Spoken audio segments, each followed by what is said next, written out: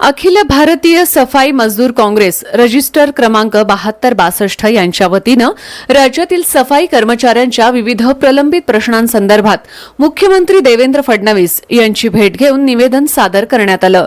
राष्ट्रीय अध्यक्ष गोविंदभाई परमार यांच्या नेतृत्वाखाली प्रदेश अध्यक्ष दिलीप अण्णा चांगरे, राष्ट्रीय संघटन मंत्री राजेश तांबे, वीर सिंग अठवाल, प्रकाश चमके, प्रीतम डागोर, शरद टाकभवरे, घनश्याम ढकाह, राजेश रणशूर, सागर परोसिया, विकी बढेल आदी शिष्टमंडळाने मुख्यमंत्री यांच्याशी चर्चा करून सफाई कर्मचाऱ्यांच्या विविध मागण्या मांडल्या।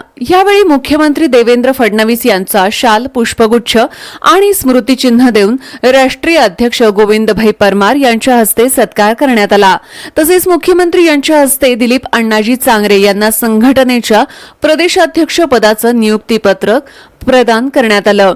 त्यानंतर मंत्री माधुरी मिसाळ यांचीही शिष्टमंडळानं भेट घेत राज्यातील सफाई कर्मचाऱ्यांच्या प्रलंबित प्रश्नांबाबत सविस्तर चर्चा केली आणि निवेदन सादर केलं। या शिष्टमंडळात राष्ट्रीय प्रमुख महामंत्री डॉक्टर सुधाकर पणीकर, प्रदेश कार्याध्यक्ष प्रेमजी पटेल, प्रदेश उपाध्यक्ष गुलाब चव्हाण, प्रदेश सचिव मेघराज पवार, जिल्हा उपाध्यक्ष सुदर्शन चव्हाण, नरेंद्र साबणे, अमर गेंघट, नंदकुमार रणधीर आदी पदाधिकाऱ्यांचा सहभाग होता।